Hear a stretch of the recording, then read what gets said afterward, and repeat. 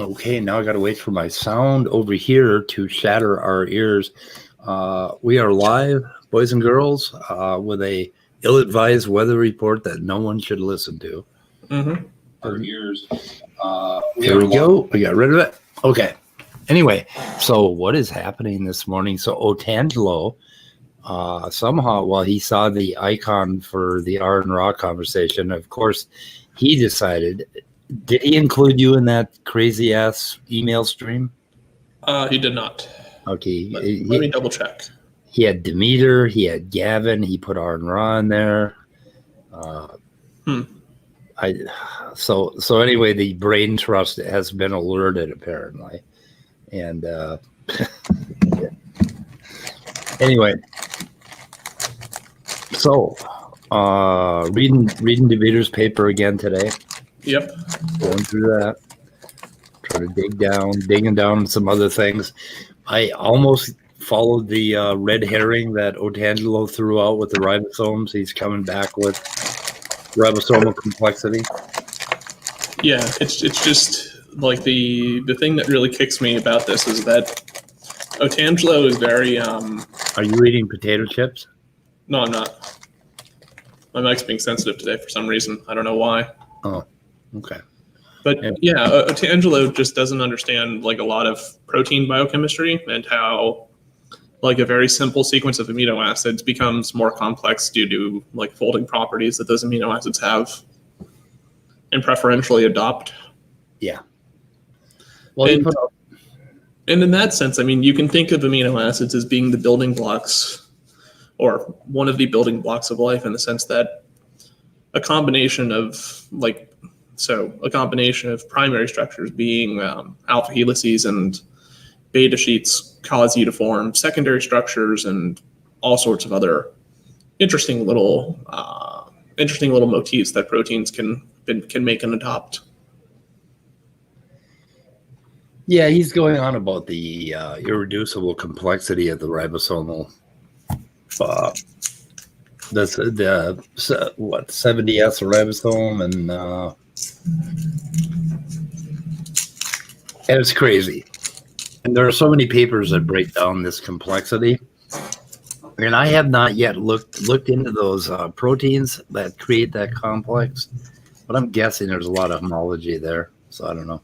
Well, the thing is, right, like the fact that homology and phylogeny exist is sufficient enough to disprove intelligent design. Yeah.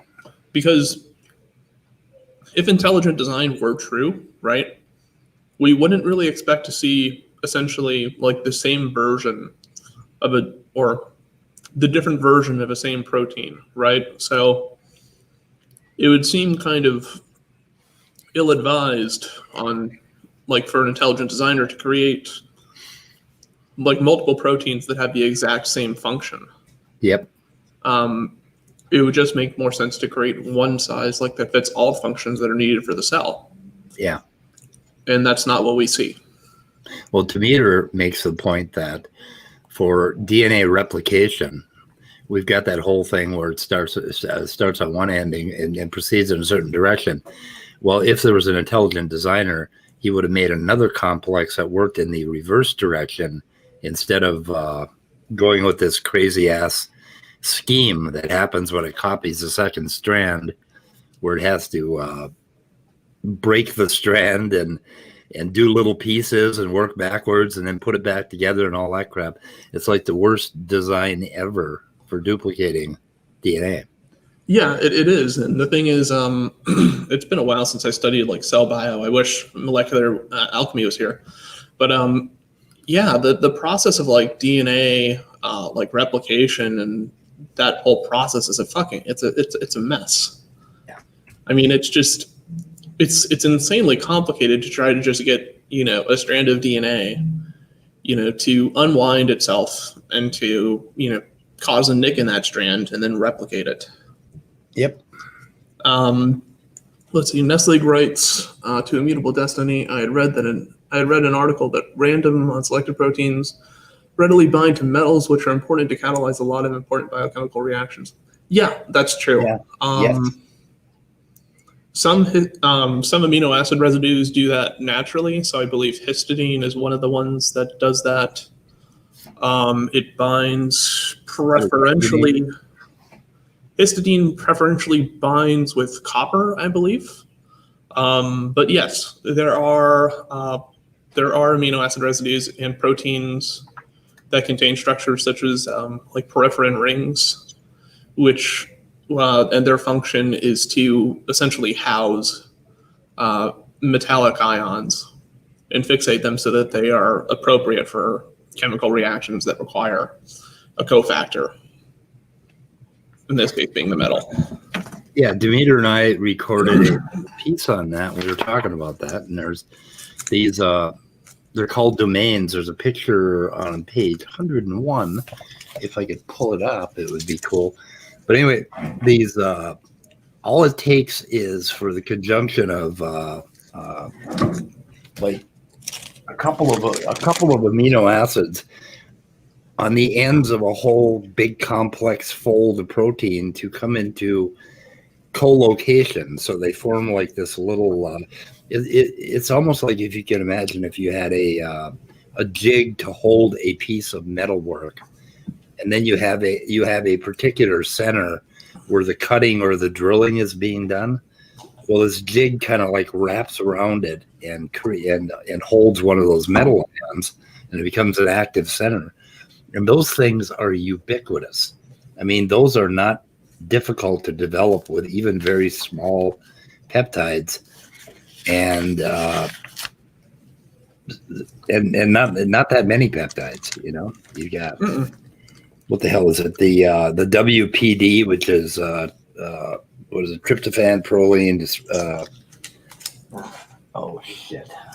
My brain never works well in the morning. WPD, that'd be aspartic acid, tryptophan, aspartic acid, proline in the middle. Anyway, there's it's a WPD motive, but they hold metal ions, and metal ions.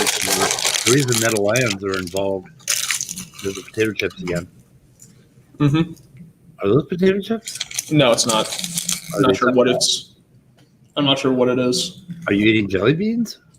No. Chocolate. Okay. I'm distracted.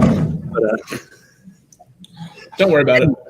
Anyway, those metal ions were very, very prolific in pre-biop Earth. I mean, that was the whole thing. Here we go. Title of the article: Unevolved de novo proteins have an A10. Oh, I like that article. I got to look that one up. So we'll throw that one in. But I was going to do a little video on these domains, binding of metal ions by specific amino acids of the histone phosphatases. This is in Epigenetics by Lyle Armstrong, and I own a hard copy and an online copy, so I can actually show the pictures, but I got to be ready for it, so I might do a little work on that.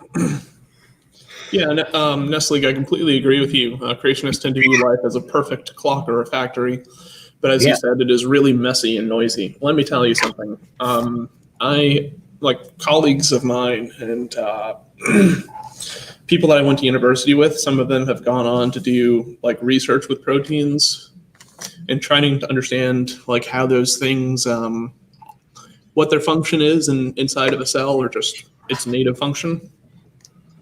I can tell you because typically in like biochemistry, so for a person that's trying to learn biochemistry, you learn about two major pathways, and that is usually just metabolism. So it's the metabolism and anabolism, the catabolism and anabolism of glucose typically. So how glucose gets broken down and utilized in various series of chemical reactions to produce ATP, and also its reverse. So how glucose is formed from its precursors. And you also typically learn about like fatty acid synthesis and degradation as well. And those are just two pathways in a cell. In a cell, there's like thousands of them. But what you quickly realize, like just trying to memorize those two pathways, is that it's insanely complicated and it's an insanely messy process. like there's things being transported inside and outside of the cell all the time. And it's just, you look at it and it's like, it's impressive that life has managed to keep itself alive for this long. Yeah, and there are tens of thousands of biochemical byproducts that don't do anything. Yeah. That have to be torn apart, that are constantly being produced. And every now and then, one of those things will lock into one of these little pathways and actually do something. It's interesting. Yeah, it is. And part of that is like, it's one of the main reasons like compartmentalization is so important for eukaryotic cells. Because if it was all just floating around like randomly, it probably would just be a mess. Yeah. But luckily, such is not the case. Well, you know what's really fucking scary about all this? For some reason, for about 4 billion years, the Earth has been held in this very, very narrow temperature zone. And by its by its position with the sun, and by the climate, the cycles in our atmosphere and all of that. But we're held at this range, and there's this range in the cell, hot cells basically, or warm cells. They're not too hot, they're not too cold. It's the Goldilocks bullshit. Mm-hmm. But anyway, we are in a very narrow temperature range, and life exists on Earth. And life complexifies on Earth because we're in that biochemical sweet zone where glucose and sunlight and all this can combine to increase complexity. If we drift out of that zone for even 100 years or 200 years, we're all fucked. Oh yeah. I mean, the thing is, if you really think about like, why is it like that when your body temperature goes up or down like by a few degrees? Yeah. Like, why is it that you get so sick? I mean, right. Initially it doesn't make too much sense, but what's happening typically is that, to give a very simplistic explanation, because I'm not an immunologist or a health professional, but essentially, like, certain times what your body will do is it'll raise its internal temperature to try to fight off an infection, and it'll try to make the temperature high enough so that the virus or the pathogen can't survive. Of course, the issue with that is that every now and then it kills us. Oh yeah, well, and the thing is, the proteins in our body are dependent upon the temperature that's occurring, which is about 38 degrees Celsius, if I'm recalling right. About 38 Celsius. But it also depends on pressure and concentrations of various ions. But it's one of those things where if you just crank up one of the variables, like temperature, for instance, right, then you end up destroying like a lot of the function and a lot of like the innate activity that those cells are supposed to be doing. But yeah, it's cells and proteins are very, very, very sensitive to their environmental conditions. And it seems kind of like a poor design that, like you were saying, that natively, like when humans first began to develop, like we had to be in very like almost tropical climates. We had to be in places where it remained hot for a very, very long time. We can't very easily tolerate like extreme temperatures, like living in the Arctic Circle or living in environments that are arid or that are very void of oxygen. I'm trying to share this email without doxing anybody's email, and it's dangerous because he sent it out to a whole shitload of people, including Gavin. He put Gavin in this email. So this is Aaron Ross supposed to have a chat with Demeter, so he figured that out. Aaron Ross said that and said he almost canceled on us. Oh, really? Yeah, he didn't like Otangelo so much, so he did respond to him. But let's see, how ribosomes are like Russian dolls. Well, yes and no. I don't know. These guys and their analogies, they just kill me. Anyway, Scott wanted to see that email. So anyway, it was a let's see, in reply to my email, and then Otangelo. I'm trying to figure out how he does his claim and then response and then his comments. So I wish he would use multiple colors. I'm going to have to take this apart. But anyway, he's got a bunch of papers and he's making the claim that ribosomes are irreducibly complex. But the point was that Demeter was talking to him about very, very early abiogenesis. He was not talking to him about the modern, completely formed eukaryotic there's more ribosome. So, and we keep going back and forth on this, and we keep telling them that okay, you got the ribosome now, but what you need to do is look at the ribosomes, which are smaller and different in prokaryotes. And if you look at archaea, you'll find even weirder things where some of the codons are even different. I mean, the codon code is not as consistent across all life as they would like you to think it is. There are some differences. Yeah, it's considered semi-universal. So there's, for the most part, it's well conserved among the majority of organisms, but there's a few that are different in terms of how triplets of amino acid or how triplets of nucleotides have designated amino acids to correspond with those triplets. Good email. The thing is, like looking at this email, and I haven't seen the whole thing because somebody, intent, has not forwarded it to me. But you. Oh, is that my job now? It is. Okay. But like I was saying, the thing I like about Otangelo is that at the very least, he will cite his sources, but the way he constructs his articles, quite honestly, like there's a lot to read through. Yes. But the issue is also that when he makes his arguments, it seems to be the case that like he's mixing and matching from different scientific papers to try and construct something that may not be correct. It's possible that his point is correct, but unlike a scientific paper, he's not showing, like in his articles, or to my knowledge, he's not showing like when he cites a specific paper, right? He's not showing like where exactly in that paper his argument is drawing from, or where it's where it's like taking its reference from. Writing something in the this morning it occurred to me that Otangelo is like listening to paint dry sometimes. Oh, yes, because he goes on the same points. I mean, you don't hear him talk about too much about like radiometric dating or the fossil record or other stuff like that. He seems more interested in abiogenesis. Yeah. Which, to use CRISPR's words, if the only thing you doubt is abiogenesis, you're pretty much on board with evolution. Yeah. The abiogenesis is the most complex part of it.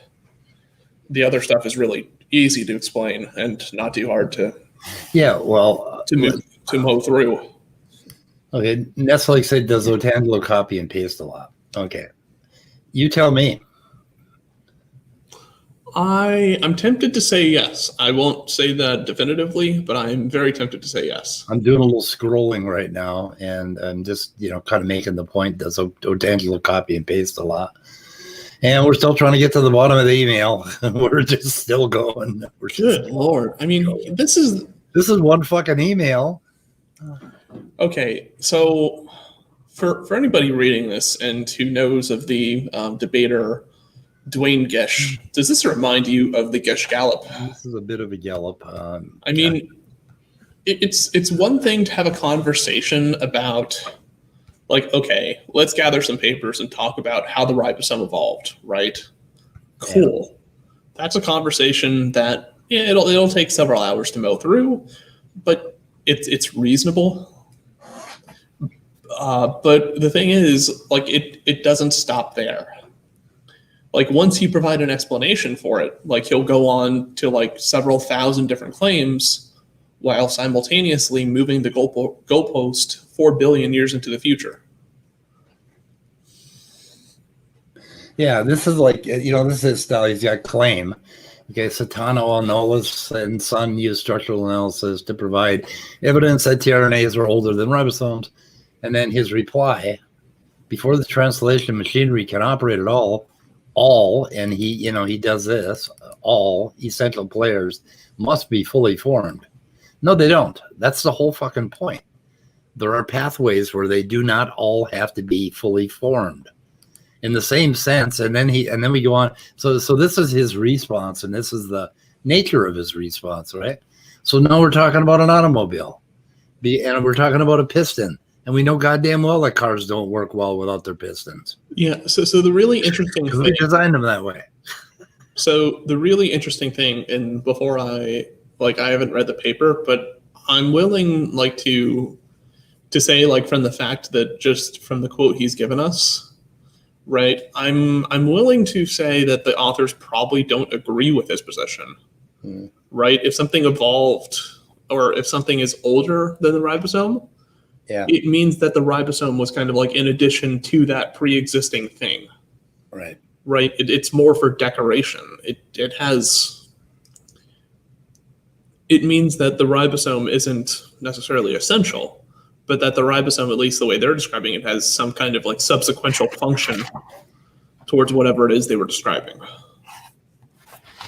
Yeah, there's a point, the peptidyl transfer center. This is the part where the amino acid gets transferred to the protein, the P loop. Demeter makes a point in his paper of saying that this particular little unit here, I think you can see can you see my mouse on the screen? Fuck no. What, you can? Yeah, it's pointing to the loop thing. Yeah, anyway, this unit is embedded in this mess of proteins here. And this mess of proteins is not as specific as you think. It's almost like throwing, when I've looked at the ribosome development, it's like throwing balls of mud at this thing, which is, where the work gets done. But this actual RNA in here, it's not a protein, it's an RNA. This is where most of the magic happens. And then there's all this stabilization stuff and clamping stuff. And of course, we're looking at, a billion years of evolution or more or maybe a few 100 million years of evolution to come up with this particular structure. But these proteins out here are kind of variable. There's a lot of variation. I think up to 85% on some of them can be swapped out. They're different between organisms. So, it isn't the machine you think it is. It's almost like if General Motors created a factory and they had this one piston making part in the middle, and then every other factory was a completely unique artistic creation that they had some artist from New York who, smoking dope. And creating modern art, right? That's what it is. I'm reading the little text thing beside that image. Yeah. And it reads, right, observation. Besides, as we are interested in understanding the relevance of the PTC to the early origin of life, we decided to exclude eukaryotic sequences from the analyses. Eukaryotes are now known to have originated from archaeal organisms, coming from the phylum Locararchaeota, subphylum Asgard, therefore being derivative clades and having no substantial role in the early origins of life. Right. And Otangelo replies that the authors implicitly admit that there's no homologous sequence of the eukaryotic and prokaryotic ribosome. This is a deal killer for common ancestry, and there are many other points relevant to this observation listed later. Yeah. I'm really wondering, did Otangelo read the same thing that I just read? Because if you the really important word that's being used in that sentence or in that little body of text is derivative, right? So the eukaryotic this eukaryotic version of PTC is a derivative from this other phylum and subphylum. That means that there's a homology that's been preserved and potentially modified and added onto, from that particular clade from this phylogenetic analysis. right? It's like, does he not understand what the word derive means? Yeah. Well, I mean, it's just, if you read it and you like pay attention to the wording of the article, right? If you're looking towards early origin of life, right? Of course, you really don't want to look towards eukaryotic sequences, because eukaryotic sequences and eukaryotic organisms came into being like what, 2.5 billion years ago? Like they came around much, much later than prokaryotic organisms and archaea organisms. So it's more relevant to consider like contributions from species that are representative and have a similar phylogenetic relationship towards modern eukaryotes. yeah, Right. Let's see, I guess he sees eukaryotes not relevant to the origin of life means not homologous. Sure. That's the only thing I can glean from it. But Yeah. what the authors are saying is that referencing like eukaryotes doesn't seem to be like a really something that contributes well to the sequence, because we know already like where eukaryotes supposedly came from. Like, right? Like we know phylogenetically what their descendants are. He's Nestle is referring to this thing here. So there's no homologous sequence of eukaryotic and prokaryotic. There's no homologous sequence. Admit that there is no, but there are homologous sequences, but they're not completely the same. They're different. Maybe there's more difference than I was aware of. But the thing is, like I say, these proteins out here are more mudslung at this PTC, and they protect it, and they just manage to clamp onto the DNA. And DNA clampers are ubiquitous, Right. and RNA clampers are ubiquitous. I mean, they're easy to do, and that happens all the time. So this is a deal killer for common ancestry. So okay. So on the one hand, they're saying that when two things are the same when they're conserved, that's a deal killer because it shows common design. But then anytime there's a difference, it's a deal killer for common ancestry. But wouldn't it also be a deal killer for common design? It is, but they won't admit that. Yeah. It's like, it cuts both ways. What the hell? Anyway, what I thought was precious, Nestle came up with, for one thing, I think he typoed Gish Gallop, but Gosh Gallop is exactly what Otangelo does. He's like, oh my gosh, it's complex. Oh my gosh, it's complex. So it's a Gosh Gallop. And then Otangelo Tango, which I'm sure we're going to be using for a long time. If you just invented that, Nestle, you need to record this day. Yeah, Nestle, I think we should join logical, plausible, probable to that list as well, because that also appears to be his primary argument against evolution and anything, really. Oh gosh, look at that. Look at that, how complex it is. Oh God. Look at that ribosome. It couldn't have evolved on its own. God must have did it. And it's oh gosh. Gallop. Put that some Roy Rogers and Dale Evans music or something. Oh gosh, I don't know, somehow. It's essentially the look at the trees argument, but except for trees, look at the ribosome. Yeah. Yeah. Look at the flowers. You know where that came from, don't you? The darkest moment in the Walking Dead series. I haven't seen The Walking Dead. Oh, look at the flowers. Oh no, oh shit, I just doxed. Or I just put emails up. God damn it. Nothing I can do about that, friends. Well, Otangelo insists on doxing everybody and fucking putting everybody's email on the screen. Jesus Christ. Okay. Anyway, well, I'm going to be looking at that. And what else? Still trying to, I'm just going to kind of let Demeter and Aaron talk to each other. I think I'm going to have, there have been strong suggestions that you join too. Oh, okay. Should be able to. You can make yourself available at that time. But we kind of want to let them go. Yeah, hopefully. Nathan Art is working on basically the setup with his me looking. He's going to have to sketch you into the drawing. Nice. I can send him photos of myself if he wants to create me an avatar. basically those two looking at something between them. We'll see. You'll see the art. He's working on something good. So anyway, Yeah, he does some good art. I like his style. Let's put it that way. yeah, yeah, and a conversation. Hopefully, we have a good conversation about the whole. I love my puzzle analogy. I absolutely love my puzzle analogy. I think that explained it very well. I think it goes without saying as well that if Otangelo does watch this, which he will probably, Otangelo, we love you, but this is like a really important like thing for our channel to have occur, and it's really appreciated if you stop like spamming Aaron Raw. Yeah. Like with your spitballing in terms of the types of claims you're making and just your typical rhetoric. Well, I think he spams everybody constantly, and they just kind of ignore him. Yeah, it's just try and hold off on that for like a little bit until Aaron Raw is finished with this conversation in this event.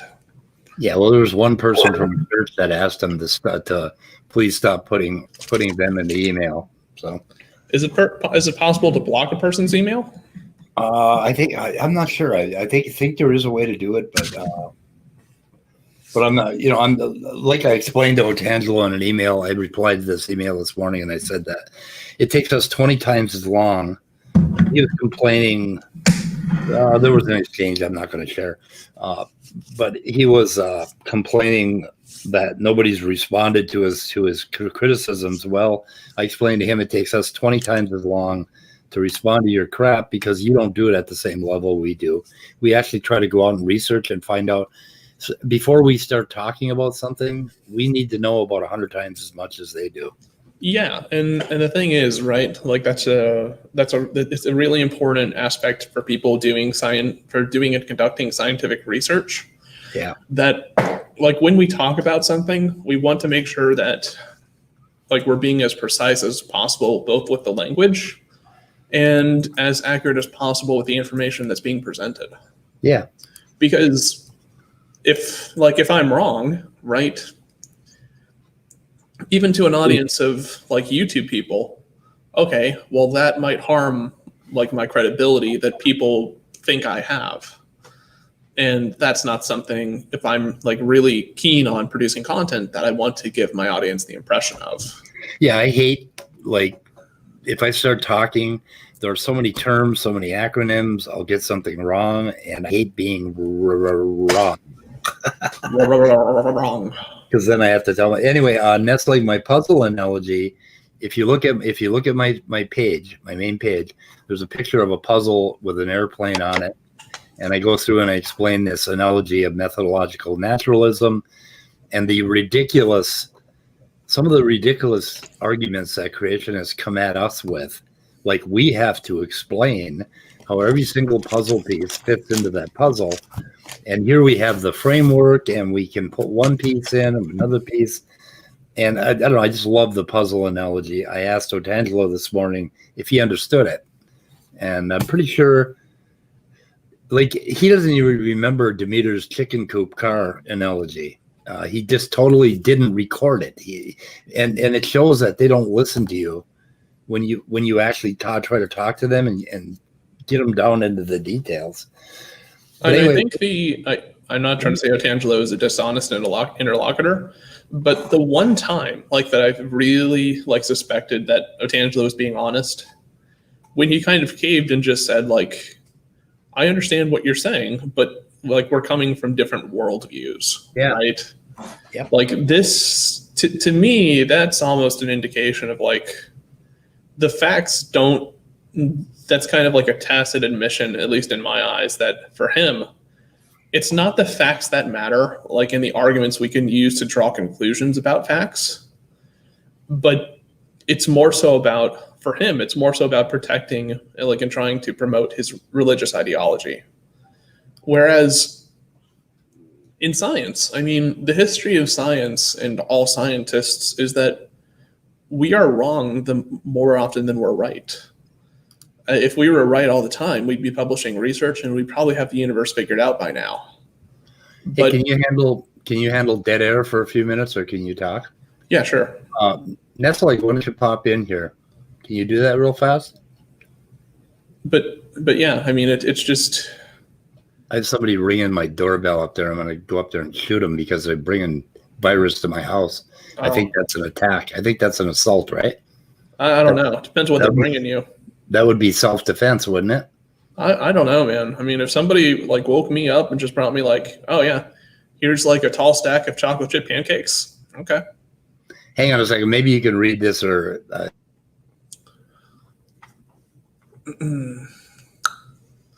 I know, right? I remember it because it was such a clever and helpful illustration. Yeah, well, that's the intention here. Looks like Nestle cannot join. I wonder if Midnight Snowflake is in the chat. Maybe he isn't. Maybe he's not. Let's see. Anything new going on in the lab chat? Let's see. I also had a short interaction with Otangelo on the League of Reason forum. Oh, okay. Going into astrophysics? I mean, not a problem with that. It's just usually a field that I don't typically engage with.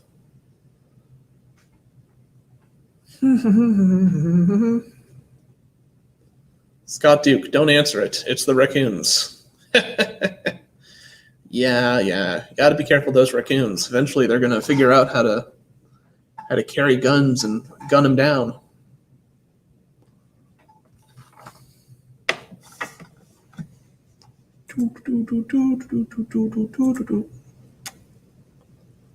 Let's see. Anybody else commenting? And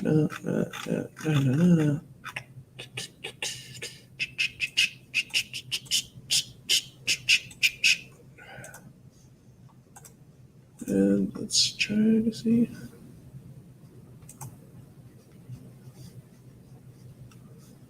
Let's see, anything further up in the chat that we might have missed? This is a good video that summarizes the evolution of the ribosome from the presenter. Oh, okay. Well, thank you for that, Nestle. I'll be sure to watch that, and that'll give me some interesting things to think about.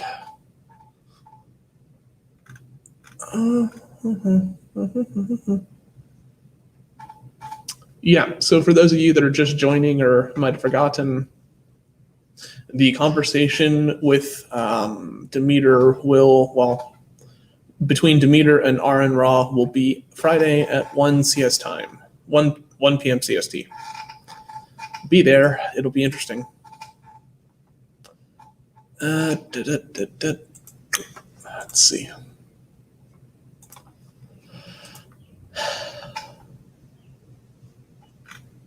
What else is happening?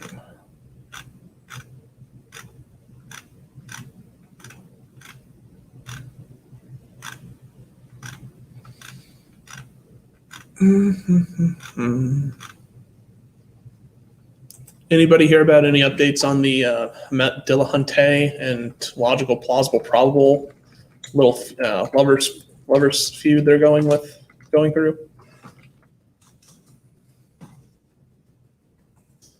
I'm not sure because whoop. Uh-oh, that might be copywriting. That was not muted. Okay.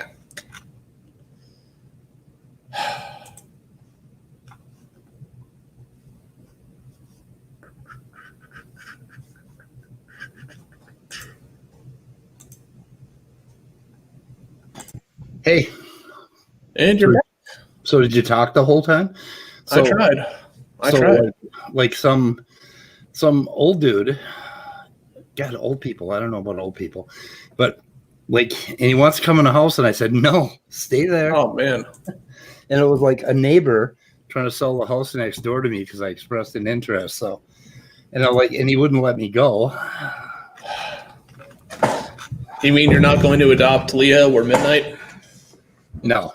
Is that what this means? It just kills me. I mean, our numbers in Minnesota have doubled, and we got these fucking people come to your door without a mask and think they're going to walk in the door and walk right up to you. It's like nobody gets this. I mean, Wow. I get it. I mean, we stay away from each other. Jesus. These people in Minnesota are ballsy, to say the least. People everywhere are a little ballsy in there. Actually, we have done better than a lot of states, but I mean, lately our numbers since everybody went back to school are doubling again, and it's like this is not over. You know, this could just be getting to the point where it becomes serious, and people don't get it. Yep. Let's see, Matt's new call. Okay, what have I missed, guys? I'm really sorry. Don't know. It's the raccoons. Yeah, no. There were raccoons trying to eat that man, but they were afraid of him too because he wasn't wearing a mask. If he'd been wearing a mask, the raccoons would have attacked him. They won't attack anybody without a mask. Even the raccoons are wary of the coronavirus. The raccoons are smarter than the fucking people. Man. Oh God. Okay, yeah, drinking game. Every time Aaron Ross says lie. Oh Lord. Oh, Nathan Artwork is here finally. Good morning, Nathan. Hi Nathan. Demeter And so is Icarus. Yeah. Friday at 1 p.m. Central Time is when we're scheduled. As long as the creationists don't piss everybody off, and by scamming them. Oh, and we have a wonderful thing to talk about on Saturday night at the Atheist. I think we're going to do that whole ACA experience with the Mad. Oh yeah. So recently, for the community members that don't know, one of the long-standing members of our community found out or digged up the video where Maddox was first entering this community way back in like January. Yes, we have his virgin call. And to not spoil it too much, it would appear from my partial watching of that video that Maddox has become an itsy bitsy a little bit more toxic since having that conversation. And become more confident. Quite a bit more confident. Let's see. Eric Smith, he gives a good presentation on Abiogenesis. I will look into him. Okay. I'll try to put some of this stuff in the description. So did you talk while I was gone, or did you just let people hang? I answered that question already. What was my answer? I forgot. I'm old. Well, I'm not repeating it. Goddamn. Hate you youngins. Hate you youngins. That was my ex-wife. She kept saying, I'm not repeating it. It's like, I keep telling her, like, goddamn. I mean, I'm doing something. I'm having something going on in my head. I'm having this whole circus in my head. And she starts talking. And I keep telling her, no, before you start talking, you have to do mouse move to get the screensaver off in my brain. And then I can listen to you. You can't just start talking because, you know what I mean? Don't make me tell you about the voices that are going on in my head. Yes. I mean, I got a circus in my head on any given day, and people assume I'm going to start listening as soon as they start talking. That's not going to happen. Yeah, I don't think anybody would be. I just think some of us are more public about some of the other little thoughts that are going on in our head. Oh, yes. The ones of, do I really want to make Johnny's life today a living hell? Or do I just want to shut up? Hi, Nathan. Hey, what's going on, guys? Good morning. What's going on? Nothing much. Just waking up, recovering. I was up until 4 a.m. last night with Midnight and Jay Placid. We were just talking. Nice, man. Jeez, so you didn't get that much sleep. You got like 5 hours, 6 hours. Oh, wait a minute. You were on another stream last night? Yeah. Which one? With Jay Placid? I think he took it down. We were talking a whole bunch of Army stuff. Man. Yeah. Okay. A good time. Yeah, I saw that was going on at some point. I was going to hop on, but it was like 1:30 or something like that. I just rolled over and went back to bed. Yeah. Let's see, Cindy, Synac. That's what I need before talking. So somebody's an old school RS-232 or serial communication expert. Yeah, I'm not sure if you listened to like some of the video earlier, but we're just expressing our opinion on Otangelo trying to interfere with the conversation between Demeter and Aaron Ra. Yeah, he's been trying to get on that stage for a while, and nobody wants to talk to him anymore. So, I can't say I blame them, honestly. and because it's like listening to paint dry. And I don't know if you've ever watching paint dry is bad enough. No, that's not too bad. It's like listening to nails on a chalkboard. Yeah. Oh, golly. Yeah. Yeah. TCP. Oh, that is TCP too. That's also old serial communication with like really early chips. I forget what the hell they were called, but we used to use them. They used to be in every computer, and you had this little serial port. That's where it all came from. Saturday night at the Atheist, sometimes on Sunday night, it depends on what everybody's energy level is. But we're thinking 9 o'clock on Saturday night is when we should do it every time. So we'll try. But I'll send out a Tweety bird thing. Send out a Tweety bird. Tweety bird. I'll send out a Tweety bird. Tweety. Tweety. I did. Yeah. Yeah, man. Last night, did you see Smokey's stream? I don't watch that guy anymore. I don't watch him either, man. I mean, it's like it's kind of like, I don't know. I hate saying this, but like I got to be inebriated to like kind of enjoy his content. I got better things to do than watch a dumpster toad. Yeah. I agree. But Nicholas went on there last night, man, and he has it out for me. Really? Oh, yeah. Oh, that email was what the fuck? I know, right? I tried to make it peace, but I can't anymore. I tried. Yeah, and you tried very briefly, and he comes back with an encyclopedic. Yeah.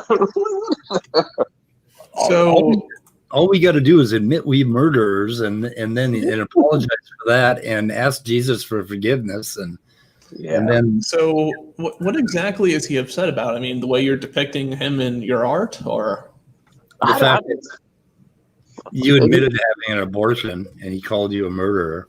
Mm-hmm. And he just wanted that. It doesn't get on my nerves. But every time when we're in a stream or a chat and I say something against a Christian, he would be like, "You don't know anything, you murderer." That's getting on my nerves. Yeah, that gets on your nerves.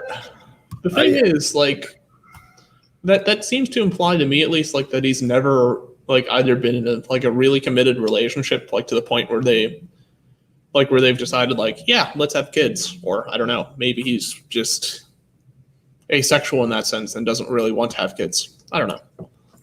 What honestly, me and him had an argument on Praise channel, right? Mm-hmm. And I got so pissed off. I was saying, Nicholas, you're not even a man. You're not. Why are you even talking to me? And I started talking about him defending this character as a man. And his defense was, how you could tell me that I'm not a man? I went to prison. And whoa, wait. Yeah, he went to prison. Prison or jail, one of those. When he said that, he went to prison or jail or something like that. And I just had this thought in my head that maybe something happened when he was in prison, and that's why he's a Christian now. Maybe. I'm wondering if he dropped the soap while in prison. Is that the Jesus moment? Is that the moment when you feel Jesus in prison when you're in the shower and you drop the soap? Because a lot of a lot of people who have been in prison talk about their conversion in prison, but they never tell you exactly the moment that it happened. But they do talk about Jesus coming into something. Yeah. Jesus came inside me, quite literally. Wow, that changes things. And I never looked at that from that angle before. But but that would be, I don't know, sorry. that might do it for me. Jesus. It's like, Jesus. Maybe that's why he acts this way, because if you look at him, he looks for like Smokey Saint to protect them. You know, the other night when I was on Praise Channel, he was angry at Praise because I was talking and he's like, "Get him out of here! Get him out of here!" I was like stand up, be a man, fight your own battles. You know. It seems like if Nicholas was in a like jail cell for any prolonged period of time, he was the one guy that didn't figure out how to make friends in a jail cell. Yeah, exactly. Yeah, I don't know, but we all have a past. Apparently Nicholas looks up to Smokey Saint like a father figure or as a masked marauder saving him from the treacherous flames and lies of atheism, apparently. But Yeah, I saw the talk with Speed and Nicholas, and he said that, well, why are you trying to, I guess, pick at me? I'm a layman. I don't really understand all these terms. You have to go to one of my brothers that are more experienced. But why are you taking the chance to argue with someone if you don't know what you're talking about? You know? Well, so to me, it's more than that, right? Because I've had several interactions, like indirectly with him, where he's just like, if we're talking about abiogenesis revolution, he will say something like, "Oh, well, we know chemistry can't do something," and it's like, okay, well, do you think like chemistry is like completely deterministic? Like, do you think that like chemistry is just inert, like, and not dependent on like the environment? Like, there's very basic questions I can ask him that there's very basic questions I can ask him that other people like who have a similar background to me will be able to answer rather intelligibly. And he's just like, "Oh, but you're picking on me. I don't know these fields." Yeah. Why argue with someone if you don't know what you're arguing about? Well, but this is a point like that comes back to all theists, and it's about this point of don't like try to argue this point with somebody if you're not well versed or like at the very least well read in the field you're trying to argue for, because it makes you look like a fool. You're right, 100%. Yeah, and the thing is, like, either they don't care about their reputation, or they just like have a very like low sense of, or rather, very high sense of pride and self-confidence. Yeah, because most people, like when they're chastised and when they're like called out for being incorrect, they're driven to change their opinion. But I don't know. Evidently, these people are quite different. Yeah. Very different. yeah. I mean, with people like Maddox and people like with Otangelo, you tell them they're wrong, and that just makes them want to regurgitate their point even more. Yeah. Yeah. I was trying to take the heat off you, Nathan, by telling Nicholas that I also was party to an abortion, and he didn't pick it up. He just keeps going after you. I mean, there's a lot of us that have had to do that, and it's not a fucking easy thing. You're right. You're 100% right.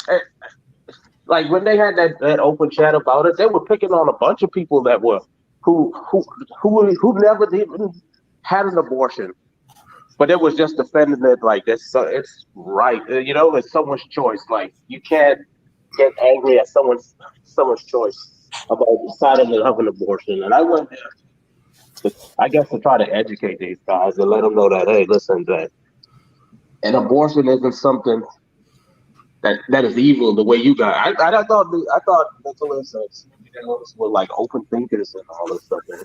Little did I know. I thought they were Christians. That's what happened. Yeah. Yeah, it's crazy shit, but I mean, it is something that follows you around, you know, for the rest of your life. I don't know. You're always thinking about it, but and then I'm probably more guilty than most in that we were married, and it was at the end of our relationship. Our relationship ended, and it would not have been a fucking good idea, for that kid in any way, shape, or form. And I don't know. It just, I don't know. Well, I don't know. my situation was kind of similar too. I was young, and I was trying to explain to them that back in the days, I was a Christian. Similar to I assume like Nicholas and the Smoky Six. That's why I thought they would at least understand where I was coming from, and I didn't know anything. My ex-wife was the first person I had sex with, and I was breaking it down that I was a Christian. This was my thoughts. And then I explained that I was young, I didn't know anything, and this was the reason why I decided. Well, we both came to that conclusion that we weren't ready to have kids. Yeah. And they were like, "Oh, you were evil. You just out there murdering people." And I was like, "Murder? Like what?" Yeah. Yeah, I don't know. I can't talk too much about all the details, but I had my daughter was born at when I was 17, and that was there was no abortion there, but holy shit, we were just little kids. We were just little kids. We brought this baby home, and we looked at her like, what in the fuck are we going to do with this? And we managed to raise her, but she's 52 now. So anyway, but that was a bad idea back then. I mean, the kid went through hell for the first few years of her life because we were just screwed up youngsters, Mm-hmm. No, trust me, I understand. I look at pictures of myself, and it's like, who the hell is that little boy? It's like, oh, that was the father. Yeah. Whoa.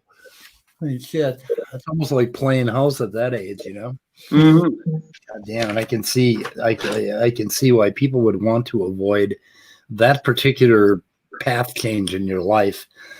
And humans are not humans, and as far as what I know about the mind and consciousness, you got to be born into a world before you're a human. I'm sorry.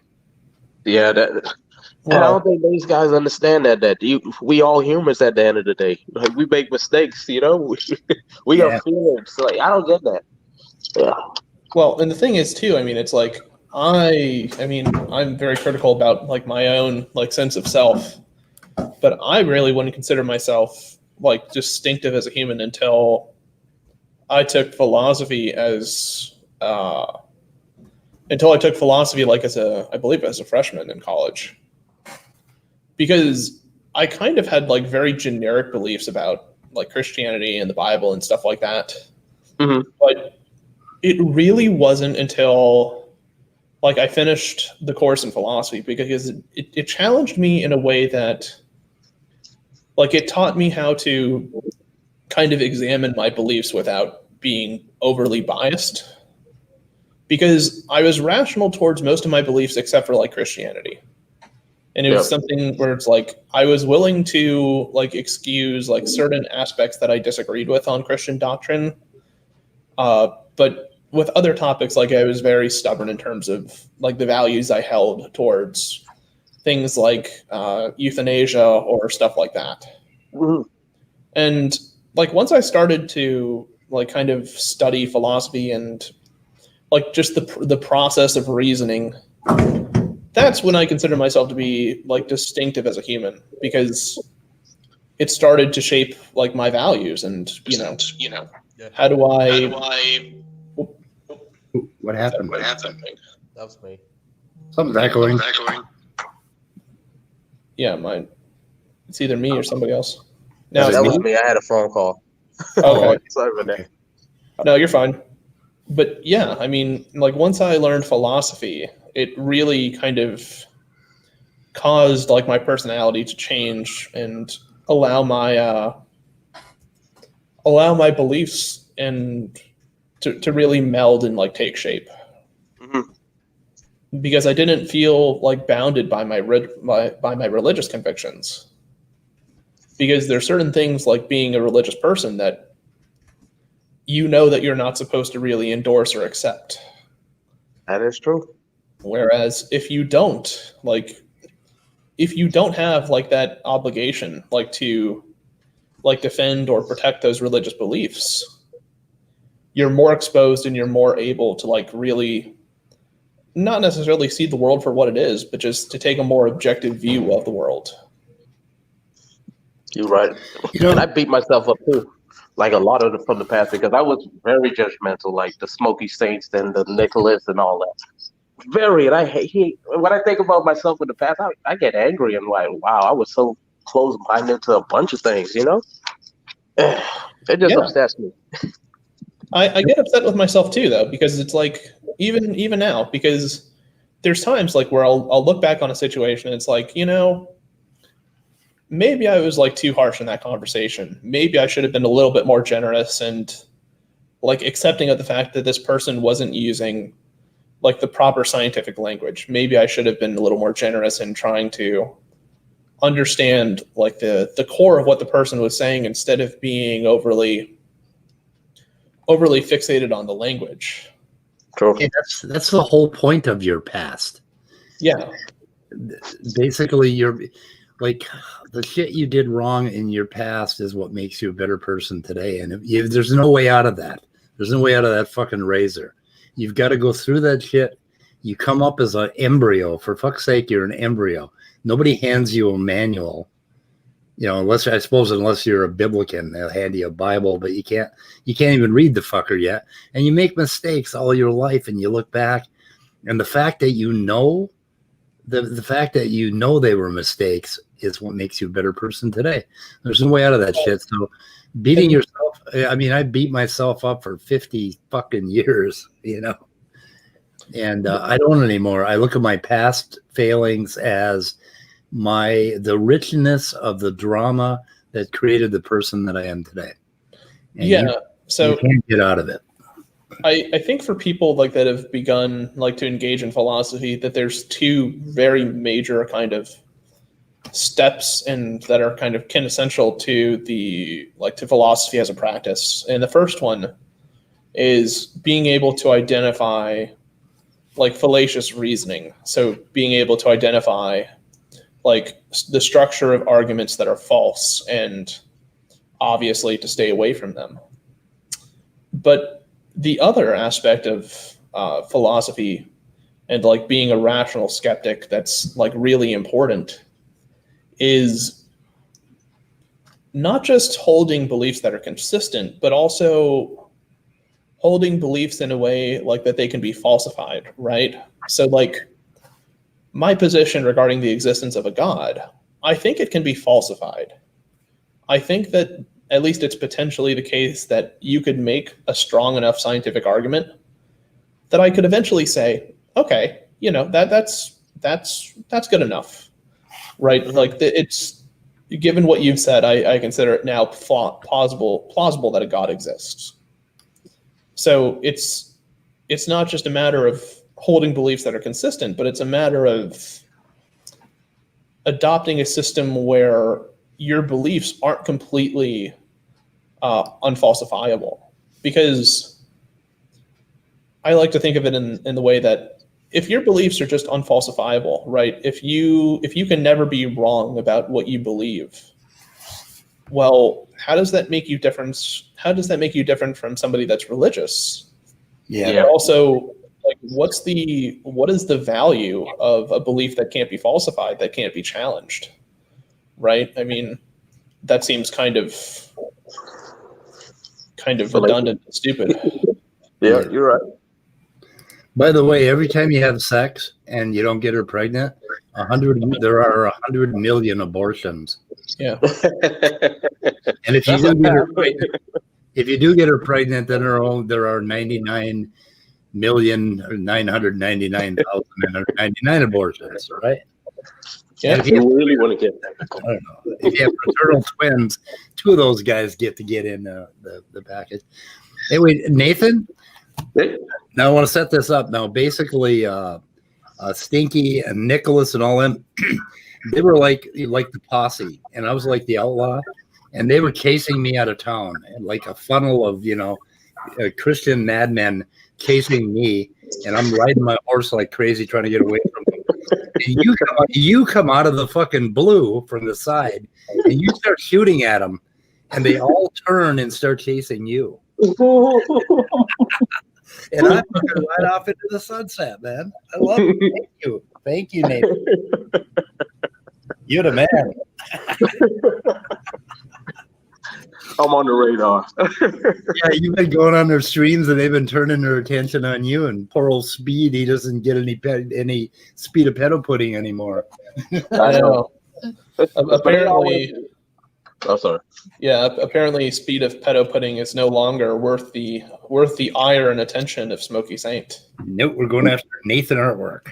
The murderer. The murderer. Yeah, fuck. Anyway, oh well, guys, what do you say we stop this? Okay, that's cool. I think so. I think we've covered what we wanted to, and covered quite a breadth of other topics too. I don't know. I think the sperm is a potential fetus. I mean, it's a potential human being. What the fuck? I don't know. I mean, if you think about it, when a sperm dies, it's pretty much a different version of you that's dead. Yeah. Oh, Nestle had to go. Okay, I'm going to end the broadcast. So goodbye, boys and girls, and we're going to talk for a minute offline. All right. And Take care and stay.